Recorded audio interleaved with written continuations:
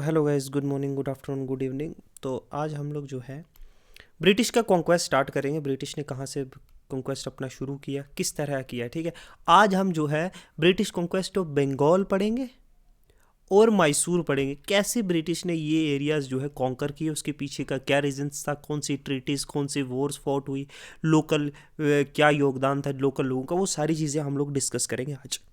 तो कौन कौन सी चीज़ें? British conquest of Bengal and Mysore, ये तो पढ़ेंगे हम लोग, ठीक है। देखो, ब्रिटिश कॉन्क्वेस्ट ऑफ बंगाल के पीछे का क्या रीज़न था और ये क्यों किया गया, वो हम डिटेल वाइज डिस्कस करेंगे। अगर हम ब्रिटिश हिस्ट्री को देखें और कॉन्क्वेस्ट को देखें तो ये वन ऑफ द जो है ना मोस्ट सिग्निफिकेंट हिस्ट्री, जो मॉडर्न हिस्ट्री का जो सिग्निफिकेंट जो है पार्ट है, जो ब्रिटिश कॉलोनलिज्म जो इंडिया में स्टार्ट हुई उसका एक सिग्निफिकेंट इवेंट है। यहीं से जो है जो ब्रिटिश जो लोगों का जो डोमिनेंस है इंडिया के सब कॉन्टिनेंट में, वो और हैड फॉर रीचिंग, इससे भी बड़े जो कॉन्सिक्वेंसेस, जो उसके बाद जो परिणाम हुए रीजन में, पूरे इंडिया में, ये चीज़ें हम देखेंगे। बैकग्राउंड देखते हैं।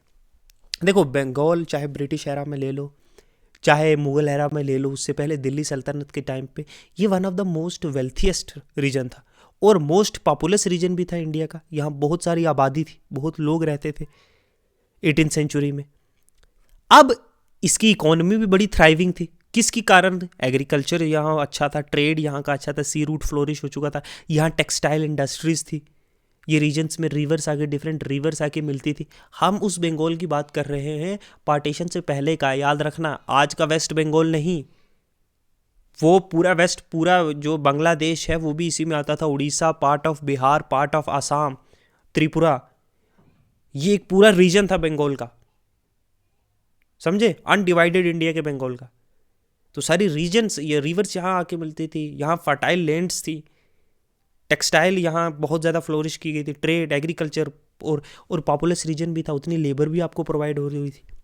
तो ये रीजन जो है ना मुगल कंट्रोल में था, ये रीजन अंडर मुगल कंट्रोल था, इतनी बात समझ गए। लेकिन 18th सेंचुरी में, मिड 18th सेंचुरी में, मिड 18th सेंचुरी मतलब 750s, याद रखना, ये एम्पायर जो है मुगल एम्पायर कमज़ोर हुआ। औरंगजेब 1707 में मर गया। उसके बाद क्या हमने हालात पढ़े पिछले क्लास में? नहीं पता है तो जाके प्लेलिस्ट में जाओ, मॉडर्न हिस्ट्री की प्लेलिस्ट में जाओ, मैंने सारी प्लेलिस्ट वहाँ पे अपलोड की हुई है, पॉलिटी की, इन्वायरमेंट की, एनसीईआरटीज़ की, मॉडर्न हिस्ट्री की।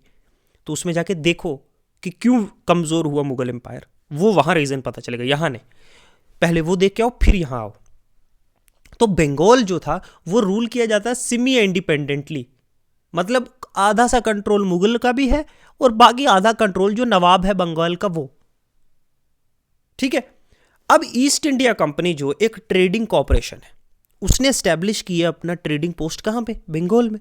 एक तिजारत करने वाली, ठीक है, एक बिजनेस करने वाली कंपनी थी, पर्टिकुलरली कलकत्ता में, जो जिसको आज कोलकाता कहते हैं। इनिशियली जो उसका जो ईस्ट इंडिया कंपनी का फोकस था वो तो ट्रेड पे ही था, और कंपनी ग्रेजुअली, धीरे धीरे से, आहिस्ता आहिस्ता जो यहाँ की लोकल पॉलिटिक्स में जो है इन्वॉल्व हुई, और इसने अपने लिए बहुत से कमर्शियल इंटरेस्ट जो है वो गेन किए। कौन से कमर्शियल इंटरेस्ट गेन किए? फारूक सियार का फरमान जाके देखो, ओके। अब देखो, पिछली क्लास में जाओ, मुर्शिद कुली खान के बारे में देखते हैं, जो 1665 से 1787 के बीच, 27 के बीच में, ये एक सिग्निफिकेंट देखो फिगर है इंडियन हिस्ट्री और बंगाल की हिस्ट्री को अगर आप तुम लोग जानने की कोशिश करें, कॉन्क्वेस्ट ऑफ बंगाल, ये पहला इंडिपेंडेंट, फर्स्ट इंडिपेंडेंट नवाब था बंगाल का। ये जो है, इसने अपने आप को जो है बंगाल, देखो ना, इसकी लीडरशिप जो है, फाउंडेशन, इसी ने फाउंडेशन रखा बंगाल का as a semi autonomous state. जैसे जैसे जैसे डिक्लाइन होने लगा मुगल एम्पायर का, जैसे जैसे मुगल एम्पायर कमज़ोर होने लगा, तो मुर्शिद कुली खान ने जो है अपने लिए अपने आप को एक इंडिपेंडेंट टेरिटरी घोषित करना स्टार्ट कर दिया, एक सेमी इंडिपेंडेंट। अब क्या मुर्शिद कुली खान ने पहला काम क्या किया? मूव किया अपनी कैपिटल को बंगाल ऑफ, जो कैपिटल थी बंगाल की, उसको ढाका से मुर्शिदाबाद पे। मुर्शिदाबाद जो है मुर्शिद कुली खान अपने नाम पे, इसके नाम पे रखी गई है उसके बाद अराउंड 1704 में। अब मुर्शिद कुली खान जो था मुर्शिदाबाद का, जो ये मुर्शिदाबाद एक बहुत जो है प्रॉस्पर सिटी, बड़ी थ्राइविंग सेंटर बन चुका था ट्रेड, एग्रीकल्चर और एडमिनिस्ट्रेशन का। यहाँ से मुर्शिद कुली खान ने एडमिनिस्ट्रेटिव जो है बड़े अच्छे रिफॉर्म किए, जैसे उसने जो रेवेन्यू सिस्टम था, जो टैक्स कलेक्शन है, वो सिस्टम उसने जो है उसने रीऑर्गेनाइज किया, मुगल से हटाकर स्टैंडर्डाइज किया। लैंड रेवेन्यू किस तरह से कलेक्ट होगा, जो टैक्सेस कलेक्ट होंगे, करप्शन कम किया। उसने जागीर सिस्टम को में रिफॉर्म लाए, जागीरदारी नहीं देते जो मनसबदार्स को मिलती थी मुगल के दौरान, इसने इसमें भी रिफॉर्म लाए। इंश्योर किया कि रेवेन्यूज जो हैं वे remitted directly to the central treasure rather than through intermediaries. अब ये जागीरदार्स या मनसबदार्स या ज़मींदार्स ये नहीं, ये कलेक्ट करेंगे नहीं, डायरेक्टली जो है ट्रेजरी में आएंगे, ना कि ये जो बीच में जो है ना चमचे, इनको मिलेंगे। इसने इनकरेज किया सेटलमेंट ऑफ ज़मींदार और ट्रेडर्स, जिससे एग्रियन इकोनॉमी जो है और स्ट्रॉन्ग हुई। बहुत सारे ज़मींदार्स को जो है यहाँ सेटल होने के लिए, बहुत सारे ट्रेडर्स को यहाँ बिजनेस करने के लिए इसने इनकरेज किया। तो ये मुर्शिद कुली खान का है। इसने जो है बंगाल की जो था वो इंडिपेंडेंट इकोनॉमिक प्रोस्पेक्ट, देखो बंगाल जो है बड़ा ही जो इकोनॉमिकली जो है उसके रूल के अंदर बड़ी उसने तरक्की की, चाहे वो एग्रीकल्चर हो, टेक्सटाइल स्पेशली जो मुस्लिम जो पूरे यूरोप में जो है एक्सपोर्ट हुआ करती थी और फेमस भी थी all over the world, trade playing pivotal roles. उसने इंकरेज किया यूरोपियन जो ट्रेडिंग कंपनीज थी कि वो यहाँ आकर अपनी एस्टेब्लिश करें अपनी फैक्ट्रीज, ठीक है। ऑल थ्रू ही मेंटेन स्ट्रिक्ट कंट्रोल था उनकी एक्टिविटीज़ पे, ठीक है। लेकिन इसने क्यों किया? ताकि प्रॉस्पर हो योर रीजन, तरक्की करे। मिलिट्री पॉलिसी देखो, मुर्शिद कुली खान इतना एक्सपेंशनिस्ट नहीं था, मतलब वो नहीं चाहता था कि बड़े और एरियाज़ में कॉन्कर करो, लेकिन उसने एक वेल ऑर्गेनाइज्ड जो है आर्मी रखी हुई थी जो अपनी बंगाल की जो ऑटोनॉमी है, ताकि इसकी स्वर्गनीति पे कोई असर न पड़े, उसको सेफ गार्ड करने के लिए। मुगल अथॉरिटी जो सेंट्रल अथॉरिटी थी उसको भी कुछ जो है नॉमिनल एलिजियंस जो है वो पैसे देता था, पे करता था, ताकि वो जो है अपनी लेजिटिमेसी जो है इस पे बरकरार रखे, अपनी जो रीजन है बंगाल का, ठीक है। हालांकि ये एक डिवोटेड मुस्लिम था, लेकिन वो जो है रिलीजियस टॉलरेंस, मतलब वो सारे रिलीजन्स को जो है अपने एरिया में जो है अब वो प्रैक्टिस कर सकते थे, वो रह सकते थे, ठीक है। इनटॉलरेंट नहीं था बाकी रिलीजन्स के, यानी मार काट करेगा। वो हिंदूज़ और मुस्लिम कम्युनिटी दोनों को एक बराबर जो है सपोर्ट करता था। उसने ऑफिशियल्स को जो है मेरिट के बेस पे अपॉइंट किया हुआ था कि जो कितना काबिल है, ना कि रिलीजन के बेस पे, ये याद रखना, ठीक है। फिर ये जो है अलवर्दी खान आता है, ये इसका किस्सा हो गया। अलवर्दी खान 1671 से जो है 1756 के बीच का इस एरियाज में हम लोग पढ़ते हैं, ठीक है। ये एरिया इस दौर में क्या हुआ पढ़ते हैं। देखो 1671 और 1756 में इस टाइम पे जो है ये पैदा हुआ, 1771 में 56 में मरा। ये भी एक की फिगर था हिस्ट्री ऑफ बंगाल का। इसने नवाब ऑफ बंगाल सर्व किया था 40 से 56 के दौरान, 1740 से 1756 के दौरान।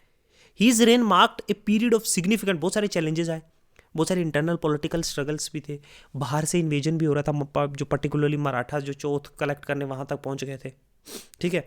डिस्पाइट इन डिफिकल्टीज़ के अलवर्दी खान ने जो बंगाल की ऑटोनॉमी और उसकी स्टेबिलिटी को मेंटेन रखा, ठीक है, उसकी स्ट्रेटेजिक लीडरशिप के द्वारा, ठीक है। ओवरथ्रो ऑफ सरफराज खान, देखो 1740 में क्या होता है, अलवर्दी खान जो है usurped the throne of Bengal by defeating Sarfaraz Khan को डिफीट करता। सरफराज खान कौन है?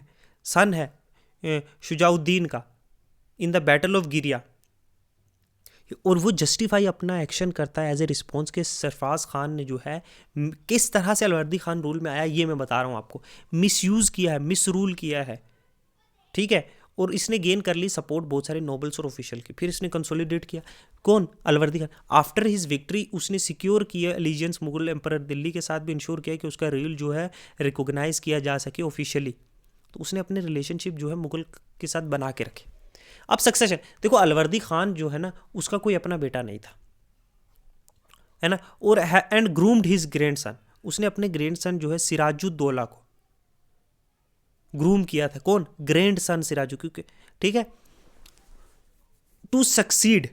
अब he passed away in 1756, living Bengal in a relatively stable state. Under the stable state में था, लेकिन थ्रेट था, बहुत सारे इंटरनल डिसकंटेंट भी थे। और जो ईस्ट इंडिया कंपनी उसके भी एम्बिशंस अपने ग्रो हो रहे हैं, बढ़ रहे हैं ना दिन ब दिन। तो यहीं से आती है बैटल ऑफ प्लासी। देखो बैटल ऑफ प्लासी जो है जून 23, 1757 को लड़ी जाती है। ये एक प्रोविटल मूवमेंट है इंडियन हिस्ट्री का। बहुत लोग इसे मार्क करते हैं कि ये बिगिनिंग है जो ब्रिटिश डोमिनेंस इन इंडिया है। ये क्लैश हुआ था किस किस के बीच में? ब्रिटिश ईस्ट इंडिया कंपनी के बीच में, जिसको लीड कौन कर रहा था? Clive, Robert Clive, and nawab of Bengal कौन? सिराजुद्दौला। कौन? ग्रैंडसन। किसका? किसका ग्रैंडसन? अलवर्दी का। ठीक है, इन दोनों के बीच में हुई। सिराजुद्दौला को कौन सपोर्ट कर रहा था? फ्रेंच। और बैटल एक डिसाइसिव थी एस्टैब्लिश करने के लिए ब्रिटिश कंट्रोल बंगाल में, जो इवेंचुअली एक्सपैंड होकर पूरी दुनिया, पूरी इंडिया में बाद में फैल जाएगी। बैकग्राउंड इसका, इस वॉर का क्या है? जो बैटल ऑफ प्लासी हुई, जिसके बारे में आप बहुत सुनते हो, जो 1757 में हुई, सॉरी, इसका क्या बैकग्राउंड है? Rising tension. देखो, सिराजुद्दौला जो नवाब था बंगाल का, उसको ना बड़ा ही, मतलब उसको जो British India east India company है ना, जो वो पावर में राइज कर रही थी, जो कलकत्ता में उसने फोर्टिफिकेशन किया, पर्टिकुलरली जो फोर्ट विलियम्स बनाया, ठीक है, तो बड़ा इसको ना नाराज़गी थी उनसे, और इनसे ख़तरा भी था कि ये लोग जो ये कर रहे हैं मेरी टेरिटरी के अंदर। तो नवाब ने एक्यूज़ किया कि ये कंपनी जो है मेरे हुक्म नहीं मान रही, मेरी अथॉरिटी के खिलाफ काम कर रही है, ठीक है, एनिमीज को जो है अपने अंदर शेल्टर दे रही है, पनाह दे रही है। सॉरी, पता नहीं क्या हो गया। तो ये इससे क्या हुआ? टेंशन और बढ़ी। 1756 में सिराजुद्दौला क्या करता है कि फोर्ट विलियम्स को कैप्चर कर लेता है, ठीक है, और एक इवेंट है ब्लैक होल, जहां पे बहुत सारे लोगों को एक कमरे में बंद कर देता है ना, और वहां डेथ्स होती हैं, जहां ब्रिटिश प्रिजनर्स जो एलिजिबली डाइड इन कैपेसिटी, क्योंकि एक बंद कमरे में कई सौ लोग, 100, 150, 200 लोगों को बंद कर देता है, तो बहुत लोग जो है मर जाते हैं। इसको ब्लैक होल जो है ट्रेजेडी का नाम भी दिया गया है, ठीक है। ये 1756 में होता है। अब ये ब्लैक होल ट्रेजेडी के बाद क्या होता है कि ब्रिटिश भी तो रिटेलिएट करेंगे ना, जो इन्होंने जो है फोर्ट विलियम्स कैप्चर किया और वहाँ पे लोगों को जो है कैद कर दिया एक जगह पे रूम में, और उससे बहुत सारी डेथ्स हुई। तो ब्रिटिश जो अंदर रॉर्ड क्लाइव और एडमिरल जो चार्ल्स वॉटसन थे, इन्होंने रिकैप्चर किया अर्ली 1757 में कोलकाता को दोबारा से। निगोसिएशन स्टार्ट हो गई, बातचीत दोनों तरफ से। लेकिन ये बोथ साइड्स जो थे, ये दोनों तरफ जो है कोई बड़े कन्फ्लिक्ट के लिए ऑलरेडी तैयार थे। जब आप जंग के लिए तैयार हो ना, आप निगोसिएशन कर भी रहे हो, but you are confident that you will win, तब वो जो निगोसिएशन है वो कभी कंप्लीट नहीं होती। अब कंस्पिरेसी हुई सिराजुद्दौला के अगेंस्ट भी साजिश चलने लगी। जो की फिगर था सिराजुद्दौला के कोर्ट में एक इंसान था, उसका नाम था मीर जाफर, एक सीनियर जो है मिलिट्री कमांडर था। और जगन सेठ जो बंगाल का एक पावरफुल जो है क्या था, बैंकर था, capitalist, and others conspired with British against the Nawab. इन लोगों ने जो है सिराजुद्दौला ने के खिलाफ जो है मीर जाफर और जगन सेठ, इन लोगों ने और बाकी कुछ और जो इन्फ्लुएंशियल पीपल थे बंगाल में, इन्होंने क्या किया कि नवाब के खिलाफ जो है अंग्रेज़ों के साथ मिलकर साजिश रचने लगे। अब ये जो कंस्पायरेटर थे, ये नाराज़ थे सिराजुद्दौला के रूल से, and sought to replace with Mir Jafar, और मीर जाफर के साथ जो है रिप्लेस करना चाहते थे कि मीर जाफर जो है वो बनना चाहिए। ठीक है, अब क्या होता है? होती है बैटल। अब इसमें देखो, सिराजुद्दौला जिसके पास 50,000 सोल्जर्स थे, इंक्लूडिंग जो इन्फेंट्री थी, कैवलरी और वॉर एलिफेंट्स थे। ब्रिटिश इंडिया ईस्ट कंपनी के पास छोटी सी फौज थी, small forces, approximately 3,000 troops, including Indian सिपाही भी थे और ब्रिटिश सोल्जर्स भी थे, जो सपोर्टेड बाई कुछ आर्टिलरीज थी। कोई कंपैरिजन है दोनों की फौज का? जीतना कौन चाहिए? सिराजुद्दौला। जीता कौन? ब्रिटिश। कैसे? अब लोकेशन देखते हैं तो बैटल टुक प्लेस एक विलेज का नाम है, विलेज ऑफ प्लासी, जिसको मॉडर्न डे में भी जो है पलीशी कहते हैं, भागीरथी रिवर के पास, अबाउट 150 किलोमीटर कोलकाता से। कोर्स ऑफ वॉर देखो, सिराजुद्दौला की फोर्स जो है ना, इनिशियली जो है वो आउट नंबर कर रही थी ब्रिटिश को, लेकिन जो बिट्रेयल था, जो धोखा दिया किसने? मीर जाफर ने और बाकी कमांडर्स ने, इसने नवाब की पोजीशन को पूरी तरीके से कमजोर कर दिया। और ऊपर से बहुत ज्यादा हैवी बारिश हुई थी, हैवी रेन। इसका मतलब कि जो नवाब की आर्टिलरी थी वो इनफेक्टिव थी, क्योंकि इनएडिक्वेट प्रोटेक्शन, लेकिन ब्रिटिश की आर्टिलरी क्योंकि रिमेन फंक्शनल, सुपीरियर टेक्नोलॉजी। अब मीर जाफर के ट्रूप्स जो थे, जो मीर जाफर जिसने धोखा दिया, जिसने गद्दारी की, वो बैटल के दौरान इनएक्टिव रहे, और इससे अलो किया क्या? अलोइंग ब्रिटिश के वो लॉन्च कर सके डिसाइसिव अटैक। आउटकम क्या आता है? आउटकम आता है कि सिराजुद्दौला जो है वो जंग छोड़ के भाग जाता है, एंड और उसकी फोर्स जो है पूरी तरह से रूटेड, खत्म कर दी गई। भाग गई और ब्रिटिश एमर्ज हुए विक्टर मिनिमम कैजुअलिटीज के साथ। अब aftermath death of Siraj ud Daulah को कैप्चर और एग्जीक्यूट कर दिया जाता है मीर जाफर के सपोर्टर के द्वारा शॉर्टली बैटल के बाद। ठीक है, ये कोर्स ऑफ वॉर पूरा चला है कि a battle that was won without even fighting. Mir Jafar बन चुका है अब नवाब। मीर जाफर जो है वो installed as the puppet nawab of Bengal. किसके द्वारा? ब्रिटिश इन्फ्लुएंस के अंडर। अब ब्रिटिश जो बोलेंगे वही करना पड़ेगा, क्योंकि जो किंग मेकर है उसी की बात माननी पड़ती। इन रिटर्न उसने ग्रांट किया ईस्ट इंडिया कंपनी को बहुत सारी टेरिटरी और फाइनेंशियल बहुत सारी प्रिविलेजेस, इंक्लूडिंग उसका वास्ट रेवेन्यू ऑफ जो बंगाल था। और ब्रिटिश ने जो है इकोनॉमिक एक्सप्लॉयटेशन, ब्रिटिश को कंट्रोल मिल गया बंगाल की दौलत का। यहां से शुरू हो गया इकोनॉमिक एक्सप्लॉयटेशन और ट्रेडिशनल जो इंडस्ट्रीज थी वो खत्म होने लगी। जो लोकल इंडस्ट्री तो यहां की हमारी इंडस्ट्रीज थी वो फिनिश होने लग गई। इस कंट्रोल को जो मार्क करते हैं बिगिनिंग, शुरुआत ब्रिटिश कॉलोनियल रूल की इंडिया में, तो एक्चुअली 1757 से शुरू हुई ब्रिटिश की कॉलोनियल हिस्ट्री इंडिया में। हिस्ट्री तो पहले से, ब्रिटिश कॉलोनियल रूल जो है वो कंट्रोल इंडिया में 1757 फाउंडेशन ऑफ। अब विक्ट्री जो है बैटल ऑफ प्लासी में, इसने अलाउ किया ईस्ट इंडिया कंपनी को कि वो डोमिनेट कर सकता है पूरी बंगाल की पॉलिटिकली भी इकोनॉमिकली भी। और स्टेज सेट हो गया कि अब फर्दर ब्रिटिश के कंट्रोल एक्सपेंशन का जो एस्टेब्लिशमेंट आखिरकार 1858 में जाके क्यूमुलेट हुआ 1858 में। उसके बाद तो एक्सपेंशन रोक दिया गया ना। ठीक है, तो ये थी बैटल ऑफ प्लासी। इस तरह से बंगाल का कंट्रोल शुरू हुआ। अब चलते हैं बैटल ऑफ बक्सर की तरफ। बैटल ऑफ बक्सर देखो 1764 में अक्टूबर 22 1764 में लड़ी गई। ये एक सिग्निफिकेंट कन्फ्लिक्ट था इंडियन हिस्ट्री का भी। ये भी कहाँ? बंगाल में। ये एस्टैब्लिश करेगा ईस्ट इंडिया कंपनी को एक डोमिनेंट पावर नॉर्थ इंडिया में। ये बैटल लड़ी गई between forces of British East India Company और कोलेशन इंडियन रूलर्स का। कोलेशन में कौन था? Nawab of Bengal, Nawab of Awadh, Mughal emperor. ठीक है, लेकिन ये जीता कौन? ब्रिटिश। और इससे ब्रिटिश की जो है सॉलिडिफिकेशन जो है ब्रिटिश कंट्रोल का पूरी तरह से बंगाल पे होगा और फाउंडेशन इवेंचुअली ले हुआ ब्रिटिश रूल इन इंडिया। इसका बैकग्राउंड देखते हैं। देखो पोस्ट प्लासी सिनेरियो, जब बैटल ऑफ प्लासी हुआ 1757 में, जो अभी हमने पढ़ा, ईस्ट इंडिया कंपनी ने एस्टैब्लिश कर लिया है सिग्निफिकेंट अपना बहुत ज़्यादा इन्फ्लुएंस जो है बंगाल पे, क्योंकि मीर जाफर को एक पपेट रूलर की तरह नवाब में रखा। लेकिन बहुत सारे अंदरूनी कन्फ्लिक्ट, डिसकंटेंट भी, लोगों की नाराज़गी भी थी, बहुत सारा मिसमैनेजमेंट हो रहा था, इकोनॉमिक एक्सप्लॉयटेशन हो रहा था। इससे बंगाल में जो है, बंगाल में बहुत ज़्यादा इंस्टेबिलिटी आ गई थी। बंगाल में इंस्टेबिलिटी आ गई थी बहुत ज़्यादा। क्या हुआ फिर? मीर कासिम ने आखिर खान रेबेल कर दिया, बगावत कर दी। जो सक्सीड मीर कासिम जो था, मीर कासिम जो सक्सीड किया मीर जाफर को एज ए नवाब बंगाल 1760 में, कौन? Mir Qasim. Attempt to assert his independence from the company, कि मैं इंडिपेंडेंट हो जाऊं कंपनी से। अब कैसे होगा? क्योंकि तुम्हें तो तुम्हारे ही तो मीर जाफर को इससे पहले तो पपेट रूलर बनाया 1757 में। तुम कैसे इंडिपेंडेंट हो जाओगे? मीर कासिम ने बहुत सारे एडमिनिस्ट्रेटिव रिफॉर्म भी किए, सॉर्ट टू कर्ब के हम लोग किसी तरह ब्रिटिश की जो प्रिविलेजेस ब्रिटिश को दी उसने कम करे। पर्टिकुलरली जो दस्तक का, जो ड्यूटी फ्री ट्रेड पासेस जो दे सकते थे ब्रिटिश ऑफिशियल्स, ठीक है, जिसको ये पास दे देगा उससे कोई ड्यूटी चार्ज नहीं होगी, और खुद ब्रिटिश को भी कोई ड्यूटी चार्ज नहीं होती थी। तो इसका बड़ा मिसयूज होने लगा। अब टेंशंस जो है वो ओपन कन्फ्लिक्ट में हो गई। मीर कासिम जो था उसने शुजाउद्दौला जो नवाब ऑफ बंगाल था और मुगल एम्परर शाह आलम सेकंड के साथ जो है गठबंधन शुरू कर दिया। गठबंधन स्टार्ट हो गया,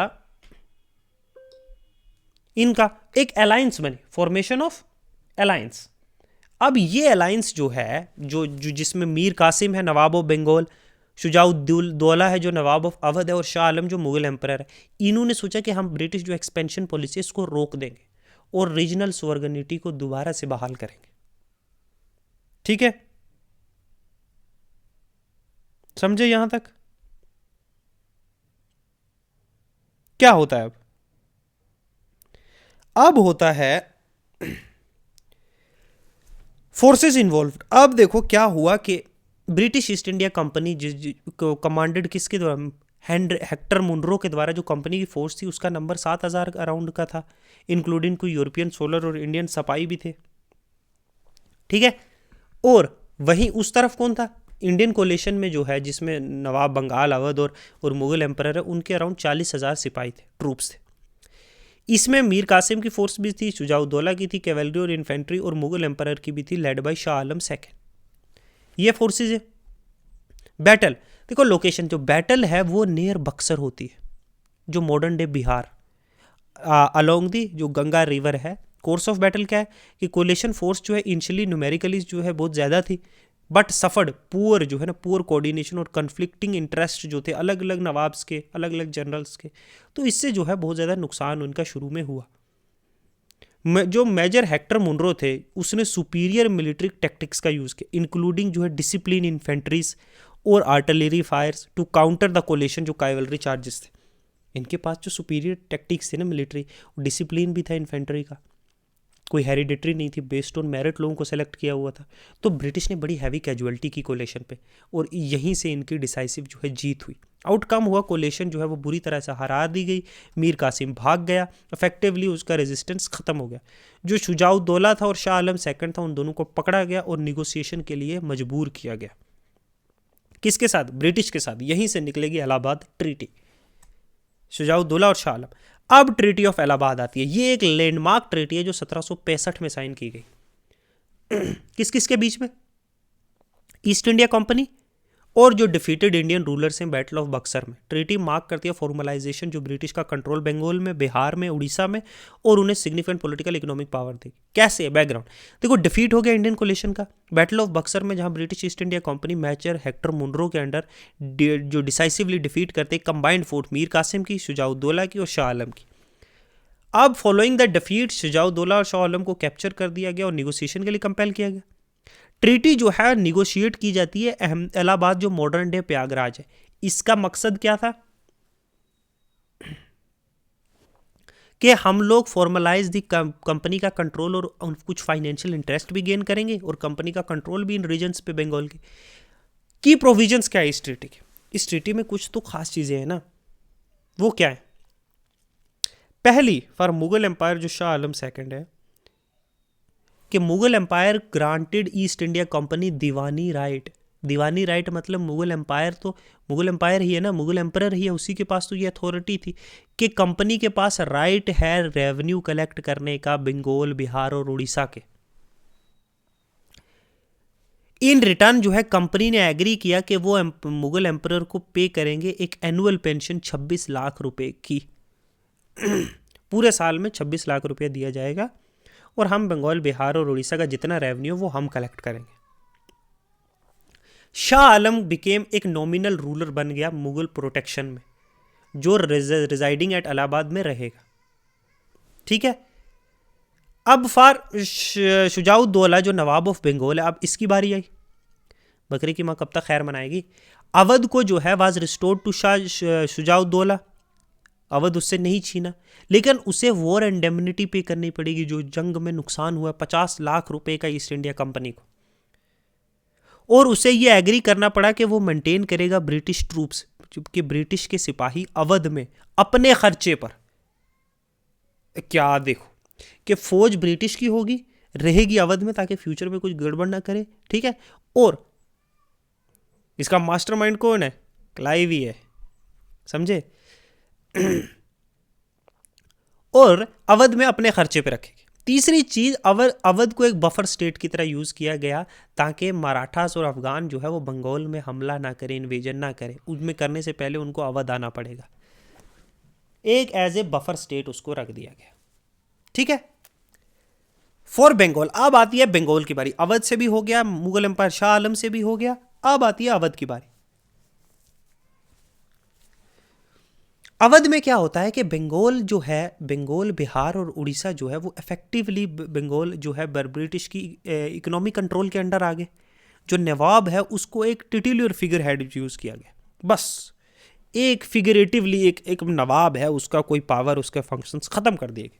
कंपनी ने एडमिनिस्ट्रेशन जो रेवेन्यू का है और फाइनेंस का, जहां पैसा दिख रहा है ताकि एक स्टेडी इनकम जो है कंपनी को आती रहे, वो उसने अपने कंट्रोल में रखी। तो ये सारा हुआ बैटल ऑफ बक्सर की वजह से। 3 लोग, 3 पोल्स। ठीक है। और यहीं से जब रेवेन्यू और फाइनेंशियल कंट्रोल रेवेन्यू और फाइनेंशियल कंट्रोल जो है कंपनी के अंडर आ गया। यहीं से निकल के आया डुअल गवर्नमेंट इन बंगाल, जो बाद में वॉरेन हेस्टिंग खत्म करेगा। ये सिस्टम ऑफ गवर्नमेंट में जो एस्टैब्लिश की गई ब्रिटिश ईस्ट इंडिया कंपनी के द्वारा स्टार्टिंग द जो ट्रीटी ऑफ इलाहाबाद के बाद, इस सिस्टम में क्या है कि कंपनी को दीवानी राइट मिल गए, मतलब वो रेवेन्यू कलेक्ट कर सकता है पैसा बंगाल, बिहार और उड़ीसा से, लेकिन नवाब को जो है नॉमिनल अथॉरिटी मिली एडमिनिस्ट्रेशन और जस्टिस की। पैसा हम लेंगे, संभालो एरिया को तुम, कानून तुम देखो, लॉ एंड ऑर्डर, इंसाफ जो है, एडमिनिस्ट्रेशन तुम देखो, लेकिन रेवेन्यू हम देखेंगे, मतलब जो चीज़ का फायदे की है। अब ये अरेंजमेंट ने कंपनी ने एक्सरसाइज किया power without assuming direct responsibility, कि गवर्नेंस की, लोगों के पे गवर्नेंस की रिस्पॉन्सिबिलिटी लिए बिना जो है कंपनी को पैसा मिलेगा।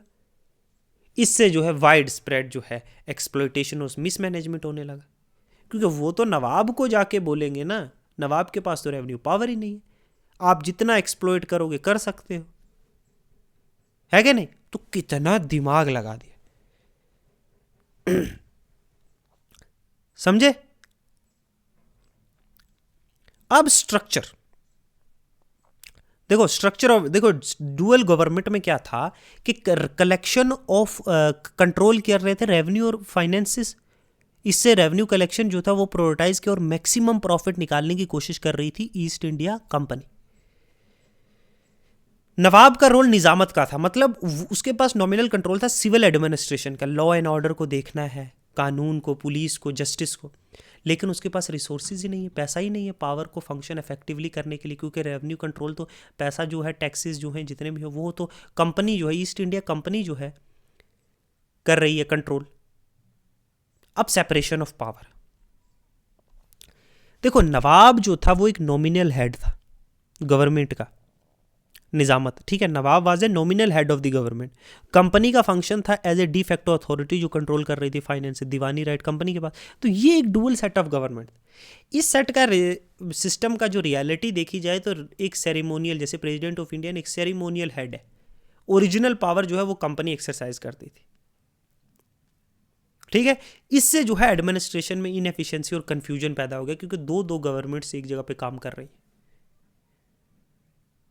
कंपनी कोई रिस्पॉन्सिबिलिटी नहीं ले ली गवर्नेंस की, तो इससे जो है फिर फेमाइन भी आता है, ठीक है। इम्पैक्ट क्या होता है डुअल गवर्नमेंट का?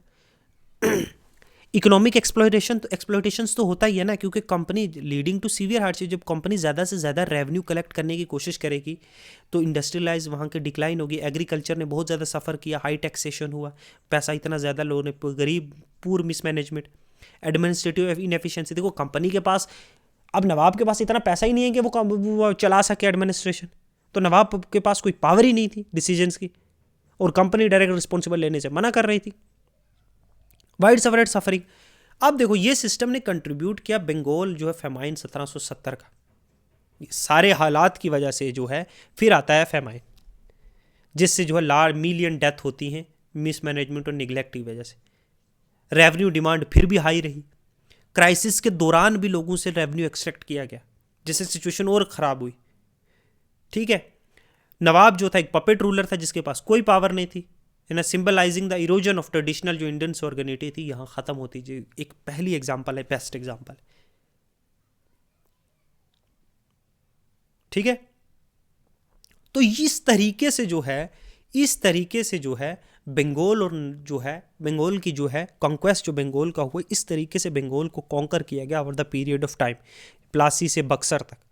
कैसे मुर्शद कुली खान ने एक एस्टैब्लिश किया था, कैसे अलवर्दी खान ने आगे चलाया था, फिर देखो मीर कासिम और पपेट रूलर्स, और फिर आहिस्ता आहिस्ता करके पूरा कंट्रोल जो है वो बंगाल का आ जाता है ब्रिटिश के पास। एबॉलिशन ऑफ, देखो क्रिटिसिज्म बहुत ज़्यादा बढ़ने लगा, इनएफिशिएंसी और सफरिंग जब हद से ज़्यादा बढ़ गई, डुअल गवर्नमेंट की क्रिटिसिज्म आने लगा इंडियंस के भी तरफ और ब्रिटिश ऑफिशियल्स के द्वारा भी।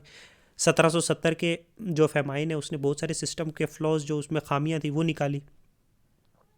तो 1772 में वॉरेन हेस्टिंग क्या करता है, एक न्यूली अपॉइंटेड जो गवर्नर ऑफ बंगाल है वो अबॉलिश कर देता है ये डुअल सिस्टम। और कंपनी एज्यूम करती है डायरेक्ट रिस्पॉन्सिबिलिटी रेवेन्यू की भी और एडमिनिस्ट्रेशन की भी, और ये इंटीग्रेट करती है ये फंक्शन अपने कंट्रोल के अंदर। और एट लास्ट जो है 1772 में जो है सारा कंट्रोल जो है बंगाल का वो ब्रिटिश जो है ईस्ट इंडिया कंपनी के पास आ जाता है।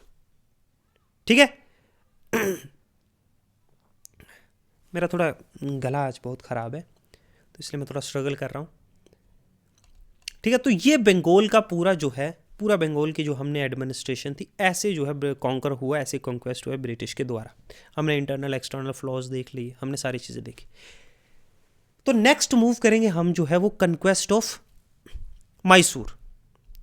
देखो मैसूर जो है ना वो कहाँ था, ब्रिटिश ईस्ट इंडिया कंपनी जो है ना, वो रेजिस्टेंस जो मैसूर का और ब्रिटिश ईस्ट इंडिया कंपनी का, ये 19th सेंचुरी की एक बहुत बड़ी कहानी है और सबसे इम्पोर्टेंट है, क्योंकि इससे जो है ये डिटरमाइंड करता है कौन से चैलेंजेस जो है ब्रिटिश एक्सपेंशन में इंडिया में आए। ये one of the most significant और डिटरमाइंड चैलेंज था।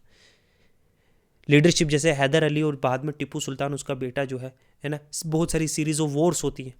दो सबसे टफेस्ट थे, एक मैसूर एक मराठास, जिसमें से एक ये है। ठीक है, इंक्लूडिंग जो मराठा और निज़ाम थे इनके अलाइज। ये कन्फ्लिक्ट जो है इसको हम लोग क्या नाम देते हैं, Anglo Mysore war. Anglo Mysore war इसको कहा जाता है। मैसूर की मिलिट्री इनोवेशंस जो फ्रेंच से इन्होंने सीखी, स्ट्रेटेजिक डिप्लोमेसी जो हैदर अली और टिप्पू सुल्तान के द्वारा नेबरिंग कंट्रीज़ के साथ, अपने अलाइज के साथ attempt to forge alliance British imperialistic ambitions के द्वारा, ये कहानी है इसकी, इस कन्क्वेस्ट की। ठीक है, इसमें दो की फिगर है, एक हैदर अली है और उसका बेटा टिप्पू सुल्तान है। हैदर अली देखो, हैदर अली का अगर हम देखें तो ये 1720 से 1782 के दौरान थे। ये फाउंडर है मैसूर मिलिट्री और पॉलिटिकल रिसर्जेंस के। ठीक है, एक मॉडेस्ट बिगिनिंग, एक हम्बल बैकग्राउंड से आता है और एक one of the most formidable ruler जो है साउथ इंडिया का बन जाता है।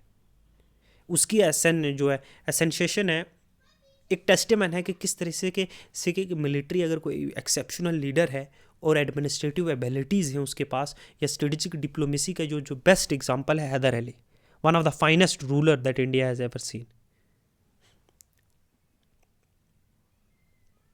मिलिट्री कैरियर अगर हम देखें और राइज टू पावर अगर देखें तो मिलिट्री स्किल हैदर अली के पास बड़ी डिस्टिंक्ट हिमसेल्फ, कि वो मिलिट्री स्ट्रेटजिक्स बहुत बेहतरीन था, इनोवेटर था। चाहे वेपनरी देखो, चाहे कोई प्लान देखो during the course of war, master था आर्टिलरी का, यूरोपियन स्टाइल वारफेयर का, खासकर जो फ्रेंच से बड़ा इन्फ्लुएंस था और यूरोप से। उसने बहुत सारे एम्प्लॉय किए थे कैवलरी और ट्रेंड आर्मी, ठीक है, ताकि वो यूरोपियन स्टैंडर्ड के साथ मैच कर पाए। जो बंगाल ने गलती की थी वो नहीं करना चाहता था।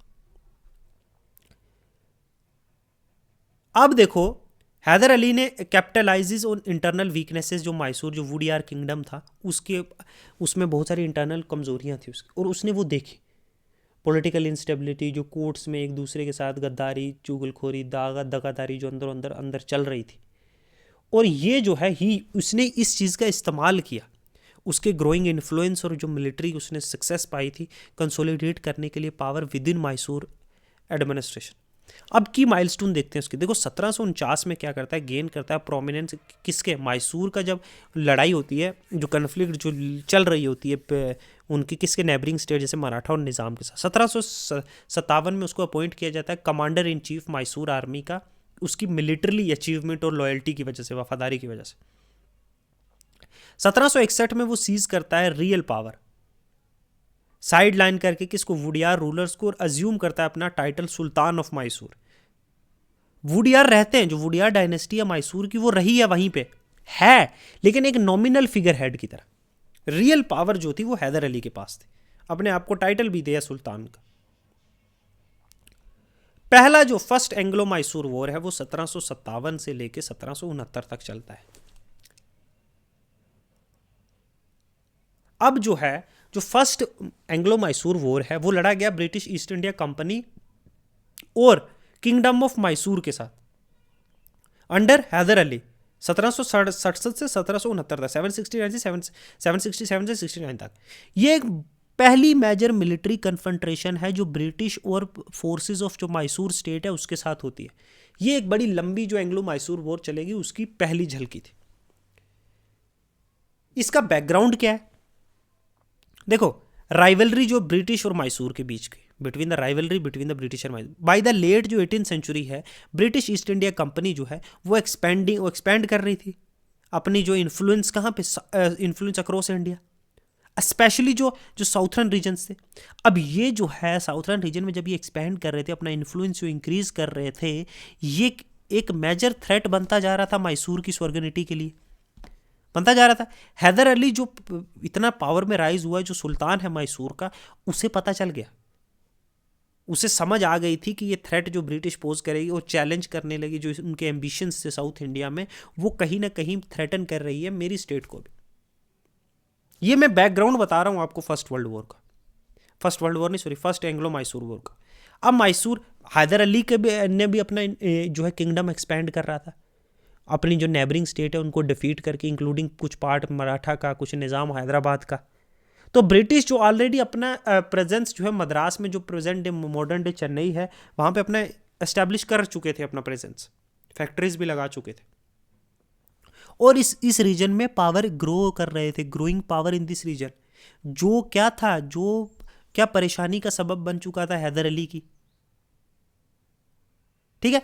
अब मद्रास की जो ट्रीटी ऑफ मद्रास होती है 1759, वॉर से पहले, ठीक है, ब्रिटिश ईस्ट इंडिया कंपनी जो इंटर होती है एक अलायंस में, किसके साथ, मराठा के साथ और निज़ाम ऑफ हैदराबाद के साथ। किसके खिलाफ, हैदर अली के खिलाफ, क्योंकि हैदर अली जो है वो निज़ाम के साथ भी उसके रिलेशनशिप अच्छे नहीं थे, उनकी टेरिटरी कॉन्कर कर रहा था, मराठा के साथ भी नहीं थी, तो वो भी हैदर अली को एक एज ए थ्रेट देख रहे थे। हाउएवर हैदर अली जो है इमर्ज होता है विक्टोरियस, क्योंकि he forces British to sign treaty of Madras in 1769। 1769 होगा, नहीं 1769 है, सॉरी है। ये ट्रीटी जो है स्टिपुलेट करती है पीस और mutual defence pact between Mysore और ब्रिटिश। तो ब्रिटिश को कुछ नहीं मिला ऐसे, ठीक है। कॉज ऑफ वॉर क्या था कि मैसूर जो है वो ग्रोइंग पावर था, ठीक है, मिलिट्री सक्सेस, टेरिटोरियल एक्सपेंशन जो हो रही थी, मैसूर एक बड़ा राइवल था और कहीं ना कहीं ब्रिटिश के इंटरेस्ट के जो है खिलाफ था, कंट्राडिक्टरी था साउथ में। और कंपनी जो थी वो इंक्रीजिंगली कंसर्न्ड अबाउट कि ये जो ग्रोइंग पावर है मैसूर की हैदर अली के रूल के अंदर, स्पेशली जो कंसोलिडेट कर रहा है और मॉडर्नाइज कर रहा है अपने ब्रिटिश को, ये हमें आज ना तो कल खतरा है इसका। तो ब्रिटिश ईस्ट इंडिया कंपनी ने जो है वो ब्रिटिश इंडिया एस्टेब्लिश किया जो है अलायंस नवाब ऑफ हैदराबाद और मराठा के साथ, both who am at odds, जो नवाब ऑफ हैदर अली के साथ था। डिप्लोमेटिक टेंशन्स भी थी, क्योंकि टेंशन थी ब्रिटिश और हैदर अली के साथ, एस्केलेट हो गई टेरिटोरियल डिस्प्यूट्स की वजह से, जो आज का कोरोमंडल कोस्ट का इन एरियाज के द्वारा। अब ब्रिटिश कंपनी का इंटरफेरेंस रिलीजियस पॉलिटिक्स में, जो कोरोमंडल कोस्ट का है, इसने हैदर अली को जो है ऑफेंस पे जो है ऑफेंड कर दिया कि मेरी सॉवर्निटी है उस एरिया पे, आप कैसे आके उस एरियाज में डिसीजन ले सकते हो। मिलिट्री एक्शंस पे मजबूर किया हैदर अली को इस बात पे। Course of war, initial British attack, तो British East India Company led by जो कर्नल जोसेफ स्मिथ था, उसने अटैक किया मैसूर पे, ठीक है। बट वो क्या है, इनिशियली अनसक्सेसफुल रहे, और हैदर अली ने यूटिलाइज की अपनी सुपीरियर जो नॉलेज थी लोकल टेरेन की, क्योंकि वो यहाँ का लोकल एरियाज को ज़्यादा अच्छे जानता है, कहाँ पहाड़ी है, कहाँ प्लेन है, कहाँ रिवर है, और गोरिल्ला टैक्टिक्स की और फास्ट मूविंग कैवेलरीज की, इसने जो है ब्रिटिश ऑपरेशन को पूरी तरीके से डिसरप्ट कर दिया। मैसूर की स्ट्रेटेजी देखो, हैदर अली ने स्ट्रेटेजिकली अलाइन किया मराठास के साथ भी और नवाब ऑफ बंगाल के साथ भी कि तुम इन्वॉल्व मत होना। वहीं वो लोग नवाब हैदर अली, और ये न एक थाली के न दूसरे थाले की, ये इन्होंने जो है उधर ब्रिटिश के साथ भी अलायंस किया था, लेकिन इसने जो है मना लिया कि मेरी बैटल में आप इन्वॉल्व मत होना, काउंटर करने के लिए, किसका, ब्रिटिश के थ्रेट को काउंटर करने के लिए। हाउएवर जो इंटरनल पॉलिटिक्स और जो अलायंस था मराठा निज़ाम और ब्रिटिश का, वो अनस्टेबल ही था, और बहुत सारे जो है ओकेजनल शिफ्ट होते थे डायनामिक वॉर में, कभी नवाब और हैदर अली, नवाब और निज़ाम जो है कभी इधर होते थे हैदर की तरफ, कभी ब्रिटिश की तरफ। तो ये बड़ा ही डिप्लोमेटिक बैटल होती है, बैटल ऑफ चिंगामा। चिंगामा में 1770 में पहली मेजर बॉटल फोर्ट होती है, जो फर्स्ट एंग्लो मैसूर वॉर की, वो बैटल ऑफ चिंगामा 1770 में। इसमें हैदर अली की फोर्स जो है सक्सेसफुली हरा देती है ब्रिटिश को और उसके अलाइज को भी, और यहाँ पे एक सिग्निफिकेंट विक्ट्री होती है मैसूर को। बैटल जो डेमोन्स्ट्रेट करती है हैदर अली के जो मिलिट्री पावर्स और उसकी एबिलिटी जो अगेंस्ट ब्रिटिश एडवांसेस।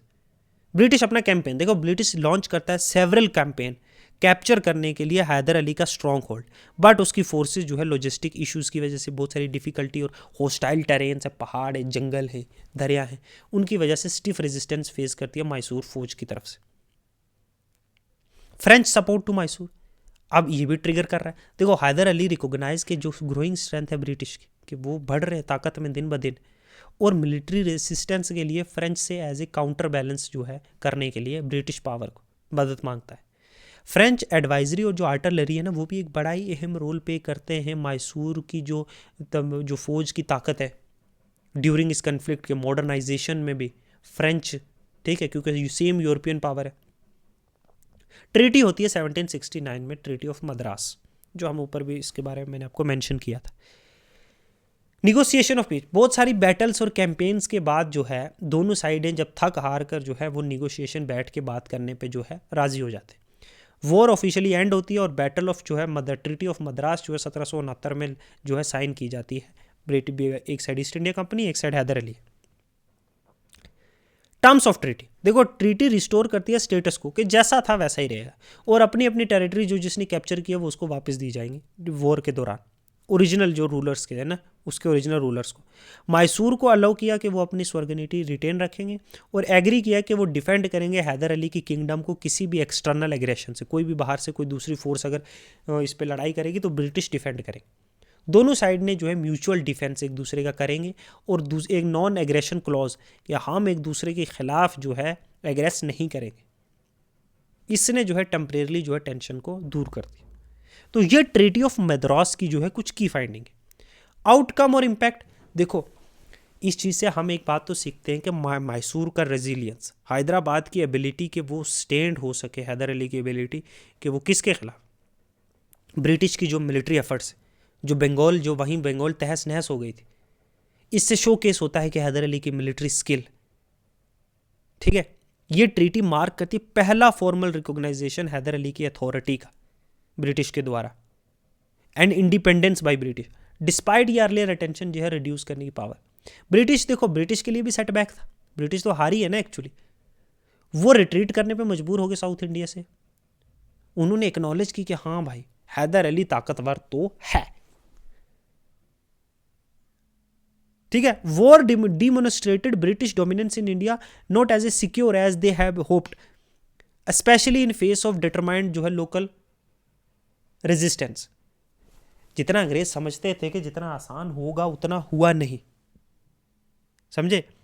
जैसा उन्होंने सोचा था कि बंगाल में जैसा हमने कर लिया वैसे मैसूर में कर लेंगे, वैसे नहीं हो पाया। उन्हें लगा कि नहीं, लोकल रेजिस्टेंस अभी भी स्ट्रॉन्ग है, अगर हम हार सकते हैं, हम जड़ से उखड़ सकते हैं अगर हम दोबारा गलत फैसला लेंगे। यहीं से फाउंडेशन होती है फ्यूचर जो है, फ्यूचर कन्फ्लिक्ट की। ऑल थ्रू जो ट्रीटी ऑफ मद्रास है वो तो रिस्टोर करती है पीस और टेंशन जो बिटवीन जो मैसूर है ब्रिटिश है वो रही, वो ख़त्म तो नहीं हुई ना। फर्दर कन्फ्रंट्रेशन और पर्टिकुलरली जो सेकंड एंग्लो मैसूर वॉर होगी 1780 और 84 के बीच में, वो इससे और ज़्यादा खतरनाक होगी, क्योंकि दोनों को पता चल गया है कि अपने एनिमीज कितने स्ट्रॉन्ग हैं। हैदर अली जो है मिलिट्री इनोवेशंस लगातार करता गया, और वो अपना अलायंस जो है फ्रेंच के साथ कंटिन्यू रखता रहा, जो इनका जो जानी दुश्मन था ब्रिटिश का, और फ्रेंच जो की रोल प्ले करेंगे लेटर वॉर्स में, ठीक है। सेकंड एंग्लो मैसूर वॉर जो 1780 से 1784 के बीच में चलती है, ये एक मेजर कन्फ्लिक्ट है ईस्ट इंडिया कंपनी के अंडर टीपू सुल्तान और उसके फादर हैदर अली। तब तक टीपू सुल्तान भी होशियार हो चुका है, ठीक है। अब इस बैटल का बैकग्राउंड क्या है, देखो जो ब्रिटिश अलायंस और एक्सपेंशन है, देखो ब्रिटिश ईस्ट इंडिया कंपनी जो है वो दिन ब दिन ताकत में ग्रो कर रही है, इन्फ्लुएंशियल साउथ इंडिया में उसका और इन्फ्लुएंस हो रहा है ईस्ट इंडिया कंपनी का, और ये जो है मैसूर की स्वर्गनीति को, जो स्टेट को है, उसको खतरा है कि ये हमारी टेरिटरी में घुस रहे हैं, ये हमारा वॉयलेशन हो रहा है। और ब्रिटिश चाहती थी कि वो मैसूर को कमज़ोर करें, किसके साथ मिलकर, मराठा और निज़ाम के साथ मिलकर, हैदराबाद के। जिससे क्या हुआ, हैदर अली को जो है फीलिंग इंक्रीजिंगली आइसोलेटेड एंड इनसर्कल्ड। अब तुम लोग एक दूसरे के सारे दुश्मन जो है मिलकर, क्या हुआ, हैदर अली को लगा और अकेलापन महसूस हुआ, ठीक है। वो एक अकेला हो गया, आइसोलेट हो गया, हुआ कि नहीं हुआ।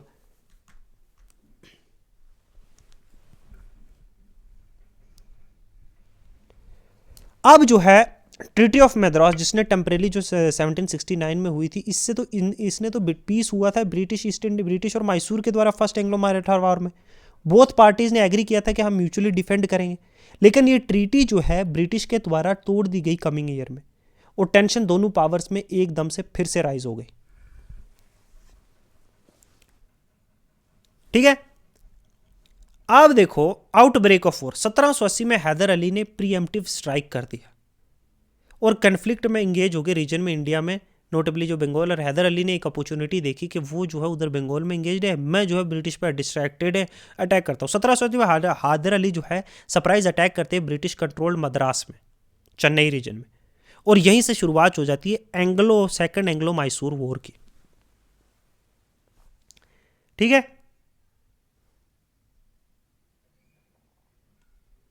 इंडिया का इनिशियल ब्रिटिश सेटबैक देखो, ब्रिटिश जो है वो ऑफ गार्ड पकड़े जाते हैं हैदर अली के जो है एग्रेसिव टैक्टिक्स की वजह से, और बहुत नुकसान होता है इनका अर्ली स्टेज। हैदर अली की फोर्स जो है बहुत सर्वल डिफीट्स जो है ब्रिटिश पे इन्फ्लिक्ट करती है उसके एलाइज में, और एक सक्सेसफुल फेज होता है initial part of the war जो है किसके फेवर में, मैसूर के फेवर में जो है एक सक्सेसफुल जो है फेज चल रहा है।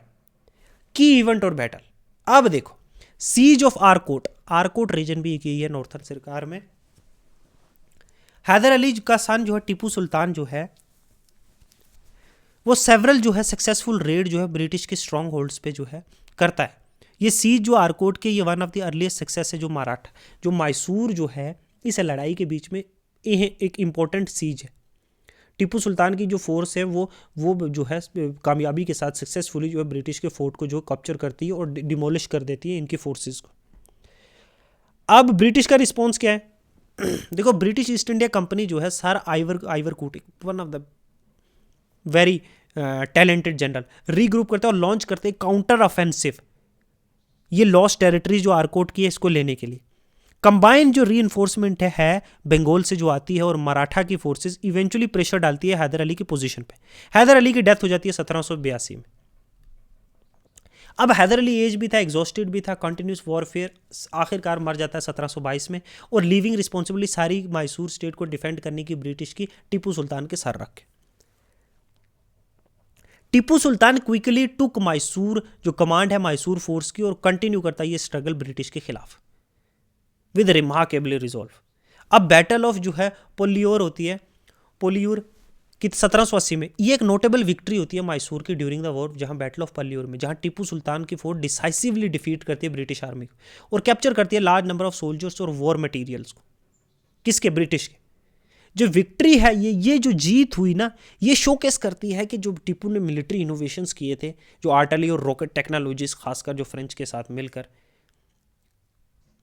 है ना, तो बैटल ऑफ पोलिलूर में भी जीत जाते हैं। अब एंडिंग ऑफ द वार 1784 में स्लेटमैन एंड एग्जॉशन।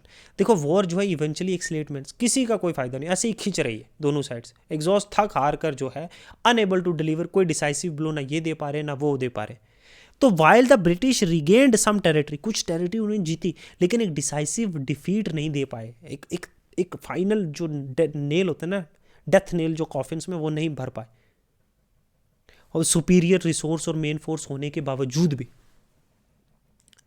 तो how talented was Tipu is such a remarkable thing, I believe. What a king and what A military tactic he was. Diplomatic settlement 1784 में वॉर खत्म होती है और ट्रीटी ऑफ मैंगलुरु होती है, बड़ी इंपॉर्टेंट है, जो टीपू सुल्तान और ब्रिटिश ईस्ट इंडिया कंपनी के बीच में साइन की। ट्रीटी ऑफ मद्रास जो थी पहली जो फर्स्ट वॉर के बाद, वो हैदर अली और ब्रिटिश के बीच में होती है। यहाँ टीपू सुल्तान के बीच में होती है treaty of Mangaluru. Treaty of Mangaluru जो है वो रिस्टोर करती है स्टेटस को, फिर से स्टेटस को, कि दोनों साइडें एग्री करती हैं कि वो अपनी अपनी टेरिटरी एक दूसरे को वापस कर देंगे जो वॉर के दौरान जो एक दूसरे से छीनी। और ट्रीटी अलो करती है टीपू सुल्तान को कि वो कंट्रोल करेगा मैसूर को, और British East India company despite उसके लॉस कुछ टेरिटरी के, वो रीगेन कर लेती है मिलिट्री पोजीशन और इन्फ्लुएंस साउथ इंडिया में दोबारा से, वहीं का वहीं। तो वहीं के वहीं है पिछले 20 साल से। फिर आती है थर्ड बार, तीसरी वॉर लड़ी जाती है, ये भी कन्फ्लिक्ट किसके? टीपू सुल्तान, किंगडम ऑफ मैसूर और ब्रिटिश ईस्ट इंडिया कंपनी के बीच। ठीक है, बैकग्राउंड क्या था इसका, ब्रिटिश का क्या मकसद था और उसके अलायंसेस कौन कौन थे, ये देखते हैं। देखो ब्रिटिश ईस्ट इंडिया कंपनी जो कि क्या थी, ब्रिटिश ईस्ट इंडिया कंपनी जो थी वो कंट्रोल चाहती थी साउथ इंडिया पे, जो उनका पहले वॉर से था, और न्यूट्रलाइज करना चाहती थी किसी हद तक जो ये पावर थी, जो बहुत खतरा जो ब्रिटिश के लिए पोज कर रहा था मैसूर, इसको किसी न किसी तरह न्यूट्रलाइज करना था, जो एक बहुत बड़ी रीजनल पावर थी साउथ इंडिया में। और ब्रिटिश ने जो है मराठा और निज़ाम के साथ मिलकर टीपू सुल्तान को कन्फ्रंट करने की कोशिश की, और अलायंस ने क्या किया कि चारों तरफ से घेरेंगे और कमज़ोर करेंगे मैसूर को मल्टीपल फ्रंट से, अलग अलग जगहों से, कोई राइट से, कोई नॉर्थ से, कोई साउथ से, सब जगहों से घेरेंगे। टीपू का एक्सपेंशनिस्ट पॉलिसी भी थी। टीपू जो कंटिन्यूसली एक्सपेंशन में था, वो अटैक कर रहा था मराठास पे भी, इंटरफेयर कर रहा था कार्नेटिक इश्यूज में भी, ठीक है, जो इंपॉर्टेंट था ब्रिटिश के लिए। टीपू जो है फ्रेंच के साथ अलायंस में था, जो कॉम्पिटिटिव था ब्रिटिश का इंडिया में। इसने जो है और टेंशंस को एस्केलेट कर दिया। कोर्स ऑफ वॉर, तो initially British and aligned advances 1790 में ब्रिटिश और अंडर लॉर्ड कॉर्नवालिस ने क्या किया कि लॉन्च किया इन्वेजन, किसका, मराठा के ऊपर अटैक कर दिया फ्रॉम मद्रास रीजन। इनको ज्वाइन कर लिया मराठास ने भी और निज़ाम ने भी हैदराबाद के, एक 3 प्रोंग अटैक तीनों तरफ से। ब्रिटिश का ये स्ट्रेटजी थी कि वो हम लोग अलग करेंगे मैसूर को, उनको अलग अलग जगहों से, अलग डायरेक्शन से अटैक करेंगे, वाइल टीपू सुल्तान ने अटेम्प्ट किया कि वो डिफेंड अपने करेगा सारे वेरियस फ्रंट से, जो है 3 फ्रंट से जब अटैक हुआ है। मराठा ने वेस्टर्न फ्रंट ऑफ मैसूर से अटैक किया, ब्रिटिश और निज़ाम्स ने जो है साउथ और ईस्ट से रिस्पेक्टिवली अटैक किया। 3 फ्रंट पे वॉर खुल गई 1790 में। 1791 में होती है सीज ऑफ बेंगलुरु। एक की इवेंट है वॉर का, वो सीज ऑफ बेंगलुरु है, जो किसके द्वारा, लॉर्ड कॉर्नवालिस की फौज के द्वारा। टीपू सुल्तान ने अटेम्प्ट किया डिफेंड करने की city, but after a long and costly siege he was forced to surrender the city. ये मार्क करता है एक सिग्निफिकेंट ब्लो मैसूर पे, और एक मेजर विक्ट्री होती है ब्रिटिश की और उसके अलाइन की। पहली बार जो है एक डिसाइसिव बैटल खत्म होती है। बैटल ऑफ मालावली 1791 में टीपू सुल्तान ने attempt to rally his forces और इंगेज करने के लिए सीरीज ऑफ जो है बैटल्स में, बट वो डिफीट कर दिया गया मालावली में भी 1791 में, और कमज़ोर और हारी हुई है ना, कमज़ोर हारने की वजह से उसकी पोजीशन और जो है कमज़ोर हो गई। और जो ब्रिटिश थे और बाकी जो उसके जो मराठास और जो निज़ाम था, ठीक है, वो कंटिन्यू अलाई करते रहे एडवांस मैसूर के बीच में। टीपू का रेजिस्टेंस डिस्पाइट सेटबैक्स जो है टीपू सुल्तान ने स्ट्रॉन्ग डिफेंस किया और लॉन्च किए बहुत सारे काउंटर अटैक, गोरिल्ला वारफेयर, कि हम कैसे भी करके ब्रिटिश का एडवांस जो है वो स्लो करें, और सपोर्ट गेन करने की कोशिश की फ्रेंच से भी। इसने स्ट्रॉन्ग डिफेंसेस क्रिएट किए की फोर्ट्रेस में। लेकिन एंड हुआ ट्रीटी ऑफ जो है सेरिंगपट्टनम के साथ, बड़ी फेमस ट्रीटी है 1792 की। कोई चारा नहीं जब चला 1792 में एक इंसान 3 फ्रंट से कैसे लड़ेगा। ये इंडिया के जितना भी जो इंडिया का ब्रिटिश कॉन्क्वेस्ट होगा वो ऐसा ही होगा, एक के साथ अलाइन करके दूसरे को ख़त्म करो, दूसरे के साथ अलाइन करके पहले को ख़त्म करो। ब्रिटिश का फाइनल पुश 1792 में लॉर्ड कॉर्नवालिस ने लास्ट पुश किया डिफीट टीपू सुल्तान। ब्रिटिश और उसके जो एलाइज थे उन्होंने सीज की सेरिंगपट्टनम की, जो मॉडर्न डे सेरिंगपट्टनम है, जो कैपिटल और स्ट्रॉन्ग होल्ड था मैसूर का। बहुत लंबी वो सीज चलने के बाद जो है सेरिंगपट्टनम फाइनली जो है गिरता है, और 18 फरवरी 1792 में टीपू सुल्तान जो है सरेंडर करता है और वॉर जो है कम्स टू एन एंड। यहीं से ट्रीटी निकलती है, ट्रीटी ऑफ सेरिंगपट्टनम। जो वॉर है वो ऑफिशियली एंड का होती है with the treaty of Seringapatam इन 1792, जो साइन की जाती है टीपू सुल्तान और ब्रिटिश ईस्ट इंडिया कंपनी के साथ। इस ट्रीटी के अंदर टीपू सुल्तान जो है वो अपनी टेरिटरी सेसीड करेगा, अपनी टेरिटरी किसको देगा, ब्रिटिश को देगा, और उसके एलाइज को। जो हाफ आधी मैसूर की टेरिटरी थी वो ब्रिटिश को दी गई, इंक्लूडिंग कुछ की रीजन जैसे कोयम्बतूर है, दिंदीगुल है, करूर है। और टीपू सुल्तान को वार इंडेमनिटी 3 करोड़ रुपए देने पड़ेंगे, 30 मिलियन रुपीस। टीपू सुल्तान के बच्चे जो हैं वो उनको होस्टेज रखा गया, इंश्योर करने के लिए ये ट्रीटी का पालन करेगा। पॉलिटिकल रिपरकशन भी आए। ट्रीटी ने एक सिग्निफिकेंट ब्लो दिया टीपू सुल्तान की पावर को, मैसूर की स्वर्गनिटी को। ब्रिटिश और उसके अलाइज के साथ साथ क्या हुआ, उन्होंने कंट्रोल कर लिए कुछ क्रूशियल एरिया जहाँ से बहुत ज़्यादा जो है सब्सिक्वेंट फुट होल्ड था साउथ इंडिया में, जहाँ बहुत ज़्यादा रेवेन्यू आता था। और जो मराठा और निज़ाम ऑफ हैदराबाद थे उन्हें लार्ज पोर्शन जो है टेरिटरीज़ का, मैसूर की जो टेरिटरीज थी उनको मैसूर से सिसीड किया गया, हैदराबाद और मराठास को, और उनका इन्फ्लुएंस भी इस रीजन में बढ़ गया। तो थर्ड वॉर ने जो है बहुत बड़ा रिजल्ट लाया मैसूर के लिए। फिर लास्ट एंड फाइनल वॉर आती है फोर्थ जो है वॉर। इसका बैकग्राउंड क्या था? देखो, थर्ड वॉर एंड हुई ट्रीटी ऑफ सेरिंगपट्टनम के साथ 1792 में, जिससे क्या रिजल्ट हुआ? लॉस हुआ सिग्निफिकेंट टेरिटरी का, वेल्थ का मैसूर की। हाउएवर टीपू सुल्तान बहुत डिटर्मिनेंट था, वो कंटिन्यूली जो है रेजिस्ट करता रहा ब्रिटिश के इन्फ्लुएंस को, और उसने कुछ हद तक अपनी टेरिटरी वापस भी ले ली। इस ट्रीटी के बावजूद जो टीपू सुल्तान था वो एक किस्म का एक कांटा था, एक बहुत बड़ा थॉर्न था ब्रिटिश के लिए, और उनका डिज़ायर, जो टीपू की डिज़ायर थी कॉन्कर करने की मैसूर की, जो वो हारी हुई जो उसने पावर है, और ये टेंशन जो है बढ़ती रही। वॉर के बाद भी टीपू सुल्तान जो है अपने अलायंस जो है फ्रेंच और बाकी यूरोपियन पावर के साथ जो है बनाने की कोशिश करता रहा, चैलेंज कर पाए ताकि जो ब्रिटिश इंपीरियलिज्म है इंडिया में। ब्रिटिश का जो एक्सपेंशन है और थ्रेट ऑफ, देखो ब्रिटिश जो है ना कंसोलिडेट करने के लिए अपना कंट्रोल साउथ में, उनके पास कोई इंटेंशन ऐसा था नहीं कि वो मैसूर को अलो करेगा अपनी पुरानी जो ताकत थी जैसे वो पहले थे वैसे रहने के लिए। और ब्रिटिश जो थी वो इंक्रीजिंगली कंसर्न थे टीपू की एक्टिविटीज़ जो वो फ्रेंच के साथ कर रहे हैं, जो वो अपनी आर्मी मॉडर्नाइज कर रहा है, जो वो बाहर से पावर से मदद मांग रहा है। अब continue to attempt strength, Mysore की जो मिलिट्री थी और बाकी फॉर्म तो अलायंस था फ्रेंच के साथ। अब फॉर्मेशन था अलायंस का, जो मराठा निज़ाम और ब्रिटिश ईस्ट इंडिया कंपनी का था टीपू के अगेंस्ट, वो एक की फैक्टर था जिससे आउटब्रेक होगा, जिससे जो फोर्थ जो एंग्लो मैसूर वॉर होगा, यही की रीज़न था। कोर्स ऑफ वॉर देखो, 1799 में ब्रिटिश ईस्ट इंडिया कंपनी जो वेलेस्ली के द्वारा वो एक अलायंस बनाते हैं, फिर से कौन? मराठा निज़ाम। किसको कन्फ्रंट कर लिया? टीपू को। अब अलायंस जो थी एक ब्रॉडर स्ट्रेटेजी का पाती कि हम पूरी तरीके से डिसमेंटल करेंगे जो मैसूर की पावर है, और ब्रिटिश डोमिनेंस पूरी तरीके से साउथ इंडिया में होगा। ब्रिटिश जो असेंबल करते हैं बहुत बड़ी मिलिट्री फोर्स और इन्वेड कर देते हैं मैसूर मल्टीपल डायरेक्शन से, ठीक है। अब क्या हुआ?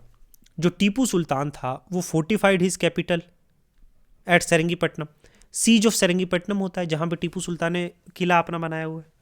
तो मेन बैटल जो है वो यहीं टेक प्लेस करती है सेरिंगपट्टनम में, जहाँ प्रीवियस ट्रीटी साइन की गई थी, जो इसका स्ट्रॉन्ग होल्ड भी था, इसका कैपिटल भी था। अब ब्रिटिश फोर्सेस वो कमांड बाय जनरल जो है जिरार्ड लेक, और वो बिसीज करते इस सिटी को। टीपू सुल्तान ने बहुत सारी तैयारी की हुई थी कि वो डिफेंड करेगा इसको अगर अटैक होता है, फोर्टिफिकेशन मिलिट्री टेक्नोलॉजीज़ का यूज़ करके। सी जो है अप्रैल 1799 में अप्रैल में शुरू होती है, और एक वीक की इंटेंस बैटल के बाद जो है British forces finally wall of जो सेरिंगपट्टनम वो ब्रीच कर देते, तोड़कर अंदर घुस जाते।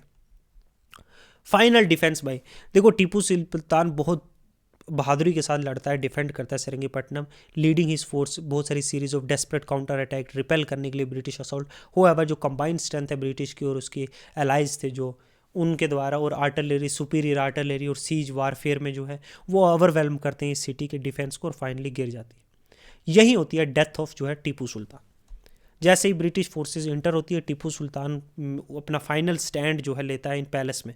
अकॉर्डिंग बहुत सारे अकाउंट के अकॉर्डिंग वो मारा जाता है अटेम्प्टिंग टू डिफेंड जो गेट है उसके पैलेस का, कि ब्रिटिश फौज जो है और आगे ना जा पाए। उसका डेथ जो है, his death mark the end of Mysore resistance against British rule. यहीं पे मैसूर स्टेट का खात्मा हो जाता है, ठीक है। One of the fearsome king India has ever produce. तो यही होती है ट्रीटी ऑफ सेरिंगपट्टनम 1799 में। टीपू मर चुका है। सेरिंगपट्टनम के गिरने के बाद, कैपिटल के और डेथ ऑफ टीपू सुल्तान के बाद, ब्रिटिश जो है कंट्रोल ले लेती है मैसूर का, और उसकी एग्जिस्टेंस को ख़त्म कर देती है as a independent kingdom. British impose करते हैं बहुत हार्श सेटलमेंट मैसूर पे, जिसमें जो है कंप्लीट एनेक्सेशन मैसूर का by British East India company. Distribution Mysore की टेरिटरीज़ को बांटती है ब्रिटिश मराठाज और निज़ाम में, जो कंपनसेशन था वो सपोर्ट करने का इस जंग में ब्रिटिश ईस्ट इंडिया कंपनी के साथ निज़ाम को मिलता है, ठीक है।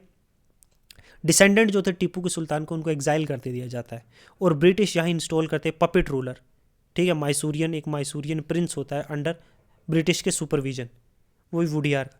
तो एक माइसूर जो इंडिपेंडेंट था, सेरंगीपट्टनम के गिरने के बाद, टीपू सुल्तान की डेथ के बाद, एनेक्सेशन ऑफ मैसूर के बाद, किंगडम जो है एक significant, cease to be a significant political entity, और ब्रिटिश फाइनली जो है फुल्ली अब्जॉर्ब कर लेता और एक्सपैंड करता अपने एम्पायर को। लॉस्ट जो था टीपू सुल्तान का, एक सिंबॉलिक जो सिंबल ऑफ रेजिस्टेंस था ब्रिटिश रूल का, एक सिग्निफिकेंट ब्लो है एंटी कॉलोनियल मूवमेंट का, बट ऑल्सो मार्क एक इफेक्टिव एंड एक मेजर ऑर्गेनाइज रेजिस्टेंस का कॉलोनियलिज्म के खिलाफ इंडिया में। कॉन्सिक्वेंसेज और सिग्निफिकेंसेज देखो, end of Anglo Mysore war तो हो चुका है। जो फोर्थ एंग्लो मैसूर वॉर था, जो फाइनल डिफीट था किंगडम का, वो तो हो चुका है। टीपू सुल्तान मर चुका है, मैसूर ख़त्म हो चुकी है ना, और ब्रिटिश ने अपना पावर जो है अपनी कंसोलिडेट कर लिया पूरी साउथ इंडिया में। ना सिर्फ उन्हें मैसूर मिला है, लेकिन इंपॉर्टेंट टेरिटरीज और स्ट्रेटेजिक पोजीशन मिली है अलोंग द कोस्ट लाइन, ठीक है, वेस्टर्न कोस्ट लाइन। एक्सपेंशन हो गया ब्रिटिश का, ठीक है, ब्रिटिश ईस्ट इंडिया कंपनी ने कंट्रोल कर लिया, एक्सपेंड कर लिया। ये हमने पढ़ा, फ्यूर रीजनल चैलेंजेस इन साउथ, अब छोटे छोटे हैं, उनको वो कंसोलिडेट कर लेंगे। रिस्टोरेशन किया वुडियार का, जिसको हैदर अली ने हटा के खुद बना था, नॉमिनल रखा हुआ था। जो वुडियार फैमिली थी, एक ट्रेडिशनल जो रूलर थे मैसूर के हैदर अली से राइज से पहले, उनको रिस्टोर किया दोबारा जो है तख्त पे, लेकिन उन्हें एक पपेट रूलर की तरह, मर्जी तो सुपरविजन के ब्रिटिश के जो है निगरानी में ही सारा काम होगा।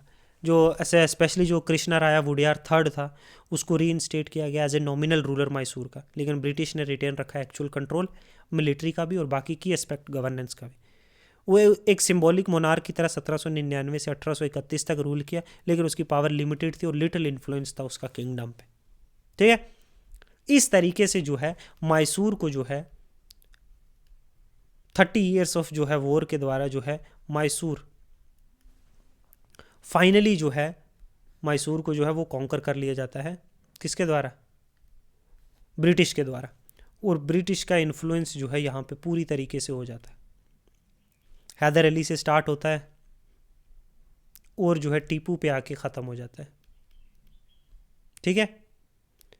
तो ये था कंक्वेस्ट ऑफ मैसूर, किस तरीके से ब्रिटिश ने जो है मैसूर को जो है कब्जा किया, किस तरह से उन्होंने एलाइज अपने बनाए, किस तरीके से उसने सीरीज ऑफ वॉर फोर्ट की, ट्रीटीज़ लड़ी और फाइनली जो है उसको ख़त्म कर दिया।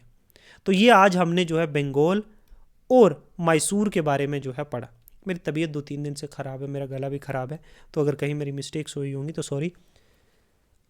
I have a fever and sore throat, and I still thought that I should cover it because exams are coming near, and I have a aim that I will finish before this prelims 2025. Let's hope we will do it. तो ये सारा था conquest जो बंगाल और मैसूर का। Next हम जो है पढ़ेंगे ब्रिटिश कॉन्क्वेस्ट ऑफ मराठास, और उसके साथ साथ सिंध का कॉन्क्वेस्ट पढ़ेंगे।